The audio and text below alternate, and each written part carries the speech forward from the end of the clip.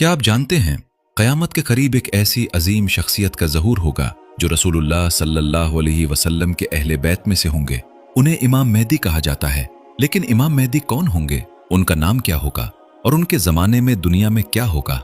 रसूलुल्लाह सल्लल्लाहु अलैहि वसल्लम ने फरमाया, अल मेहदीयु मिन इतरती मिन वलद फातिमा, मेहदी मेरी औलाद में से फातिमा रज़ियल्लाहु अन्हा की औलाद में से होंगे। सनन अबी दाऊद 4284, सनन इब्न माजा 4086। यानी इमाम मेहदी कोई नबी नहीं होंगे बल्कि रसूलुल्लाह सल्लल्लाहु अलैहि वसल्लम के खानदान और हजरत फातिमा रज़ियल्लाहु अन्हा की नस्ल से एक नेक मुसलमान हुक्मरान होंगे।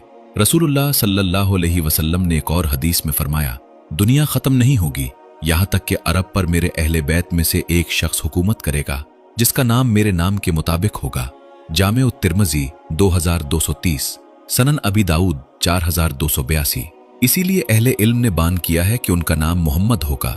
रसूलुल्लाह सल्लल्लाहु अलैहि वसल्लम ने इमाम मेहदी की एक और बड़ी निशानी बयान फरमाई, मेहदी मुझसे होंगे, उनकी पेशानी कुशादा और नाक बुलंद होगी। वो जमीन को अदलो इंसाफ से भर देंगे जिस तरह वो जुल्म और नाइंसाफी से भर चुकी होगी।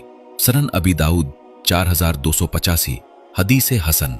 जरा तसव्वुर कीजिए, दुनिया जुल्म से भर चुकी होगी, लोग इंसाफ के लिए तरस रहे होंगे और ऐसे वक्त में अल्लाह ताला इमाम मेहदी के जरिए अदल कायम फरमाएगा। एक रिवायत में रसूलुल्लाह सल्लल्लाहु अलैहि वसल्लम ने फरमाया, मेहदी हम अहले बैत में से हैं, अल्लाह ताला उन्हें एक रात में दुरुस्त फरमा देगा। सनन इब्न माजा 4085, मुस्नद अहमद हसन। और उनके दौर में माल की फरावानी का भी जिक्र मिलता है। रसूलुल्लाह सल्लल्लाहु अलैहि वसल्लम ने फरमाया, मेरी उम्मत के आखिर में एक खलीफा होगा जो माल को लुभ भर भर कर देगा और उसे शुमार नहीं करेगा। सही मुस्लिम 2913। बाज अहले इल्म ने इस खलीफा को मेहदी से मुताल्लिक रिवायात के साथ जोड़ा है, अगरचे इस हदीस में लफ्ज मेहदी सराहतन मौजूद नहीं। और एक अहम बात याद रखें, इमाम मेहदी नबी नहीं होंगे। मोहम्मद रसूलुल्लाह सल्लल्लाहु अलैहि वसल्लम अल्लाह ताला के आखिरी नबी हैं। अल्लाह ताला फरमाता है, वलाकिर रसूल अल्लाह व खातमन नबिय्यीन, बल्कि वो अल्लाह के रसूल और तमाम नबियों के खातम हैं। सूरतुल अहज़ाब 40। इसलिए इमाम मेहदी नई शरीयत नहीं लाएंगे बल्कि इस्लाम ही की पैरवी करेंगे और अदल कायम करेंगे।